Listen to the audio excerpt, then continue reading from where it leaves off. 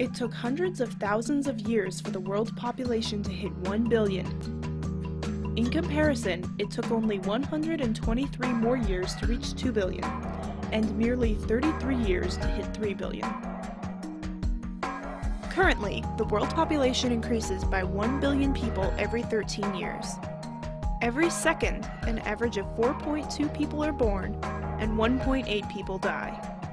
That's a net gain of 2.4 people per second.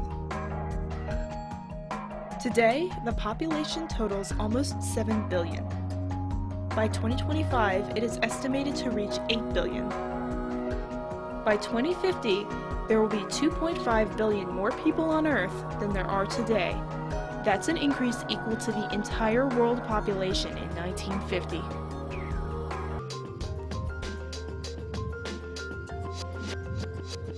In more than 1 out of every 2 developing countries, the population has been growing faster than the food supplies. To feed the projected population in 2025, we will have to double food production over current levels. Even if we are able to double our food production, it won't come without a cost. Increasing food production creates a chain reaction of ecological disruption. The problems with climate change will only grow worse as the population increases. Companies like Monsanto have stepped forward with their solution.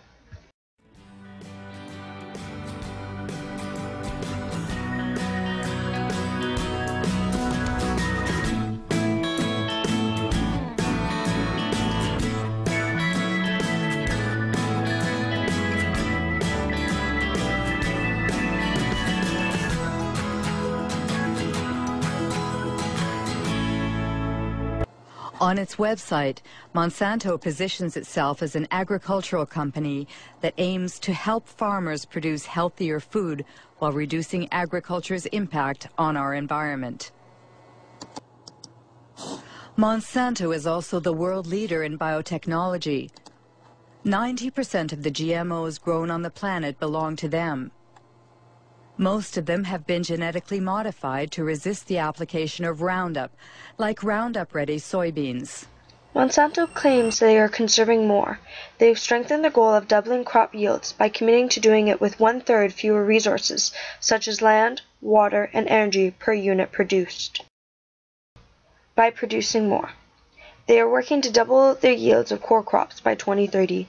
These yield gains will come from a combination of advanced plant breeding, biotechnology, and improved farm management practices. Monsanto's GMOs have invaded the planet, but no ag industry product in history has ever incited as much controversy and passion. Why? What's at stake with GMOs?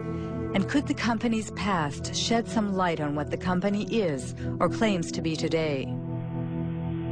Founded in St. Louis, Missouri in 1901, it was not always an agricultural company. It was one of the largest chemical companies of the 20th century. Chemistry is working for you, and very likely Monsanto is working for you. Monsanto, where creative chemistry works wonders for you. The wonders boasted about in this commercial made Monsanto one of the most controversial companies in the industrial era. Agent Orange, aspartame, bovine growth hormone, PCBs. These chemically created oils used worldwide as coolants and lubricants in electrical equipment were the jewels in Monsanto's crown for over 50 years. They were called Arachlor in the United States, Pyrrolin in France, and Clofen in Germany, until they were banned in the early 1980s. There are many against genetically modified foods as a solution. Genetically engineered foods have deeply infiltrated the American food supply. Almost 90% of crops like corn, soybeans, canola, and sugar beets grown in the United States are now genetically modified. Genetic engineering promises increased crop yields, lower costs for farmers, and reduced use of herbicides. But are these goals really being achieved? Are you benefiting from genetically engineered crops? Learn to separate the truths from the myths on genetic engineering.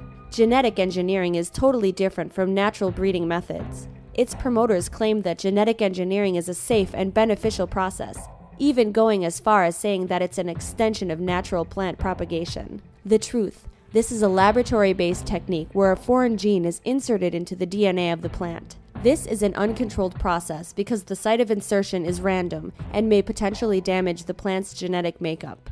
The mutations that occurred during the genetic engineering process can lead to many unexpected changes in the resulting crop, such as poor crop performance, alterations in the food's nutritional content, toxic and allergenic effects, and unforeseen harm to the environment. Monsanto promotes Roundup, its glyphosate-based pesticide, as safe and having low toxicity, but these claims are based on outdated and questionable studies. Monsanto Agriculture France was even charged with false advertising after claiming that Roundup is biodegradable and leaves the soil clean after use. Roundup is not biodegradable.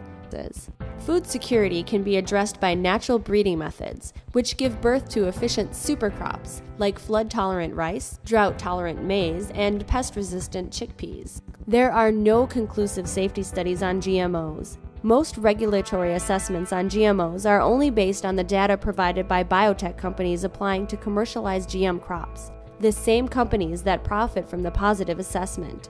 The US FDA does not have a mandatory safety assessment process for GMOs. Independent researchers are also prohibited from using genetically engineered crops for their studies. As soon as they find problems with GM crops and foods, they are immediately criticized, their work called flawed and insubstantial. Over 50 countries all over the world have now passed GMO labeling laws and GMO crop restrictions in order to ensure people's health. But Canada and the United States have yet to join the roster. The question is now, do we need to find a solution to feed our growing population? Then, is genetic engineering the solution? If not, what is? Maybe the question is, do you care about what goes into your body? Will genetically engineered food affect your health? Who has your future in mind? The future is in your hands. What do you want to see happen?